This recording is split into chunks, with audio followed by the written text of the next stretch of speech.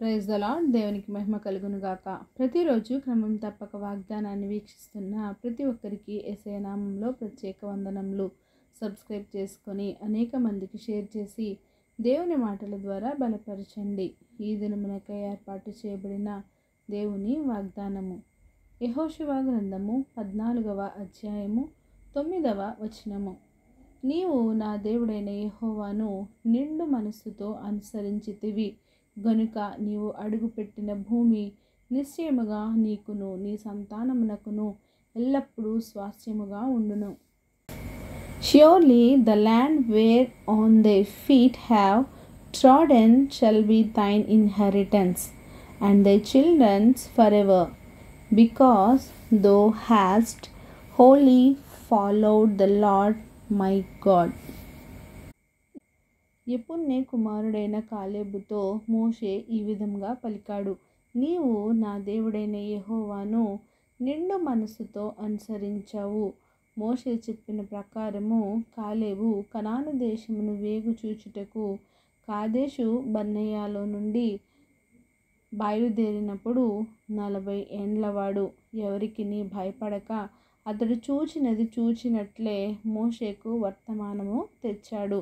కాలేబుతో కూడా వచ్చిన వేగు చూచిన వారు జనుల హృదయాలను కరుగ చేశారు.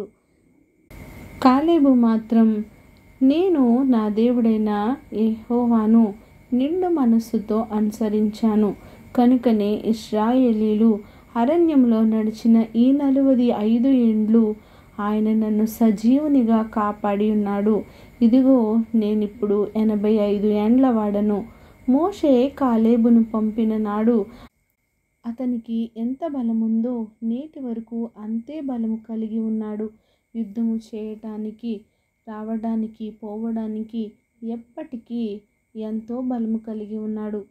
యెహోవా కాలేబుకు తోడై ఉన్నాడు కనుక మాట ఇచ్చిన ప్రకారము నిశ్చయముగా నీకును నీ సంతానమునకును ఎల్లప్పుడూ స్వాస్థ్యముగా నీవు అడుగుపెట్టు ప్రదేశమును ఇచ్చదనని చెప్పిన మాట ప్రకారం యెహోషువ అతని దీవించి అతనికి హెబ్రోనును స్వాస్థ్యంగా ఇచ్చాడు.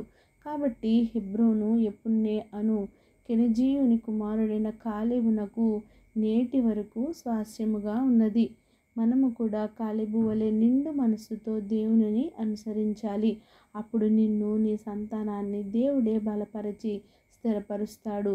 85 ఏండ్ల వాడైనా కూడా ఆయన బలము తగ్గలేదు. యెహోవా తోడుగా ఉంటే వృద్ధాప్యంలో కూడా దేవుడు అధిక బలమును అనుగ్రహిస్తాడు. దేవునిని అనుసరించు వారముగా ఉందుముగాక. ఆమెన్. చిన్న ప్రార్థన. మమ్మల్ని అతిమికిలుగా ప్రేమించిన మా ప్రియ పరలోకపు తండ్రి, మీరు ఇచ్చిన వాగ్దానమునకే వందనాలు దేవా. ఎవరైతే ఈ వాక్యాన్ని విన్నారో విని విడిచిపెట్టేవారుగా కాకుండా వారి హృదయగదిలో భద్రపరుచుకొని వాక్యానుసారంగా జీవించే జీవితాలను ప్రతి ఒక్కరికి దయచేయండి.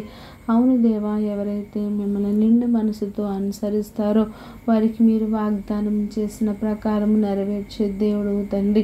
ప్రార్థన అవసరకొని ప్రతి ఒక్క బిడ్డని సమయంలో జ్ఞాపకం చేసుకోండి. వారి అవసరతలను అక్కరతలను నీ మహిమైశ్వర్యంలో తీర్చండి. సమయానుకూలంగా వారికి నీ ప్రసన్నతను వారిపై ఉంచండి. సమస్త ఘనత మహిమ ప్రభావములు మీరే ఆరోపించుకుంటారని యేసుక్రీస్తు పరిశుద్ధ నామమున ప్రార్థించి అడిగి వేడుకొనుచున్నాను మా తండ్రి. ఆమెన్.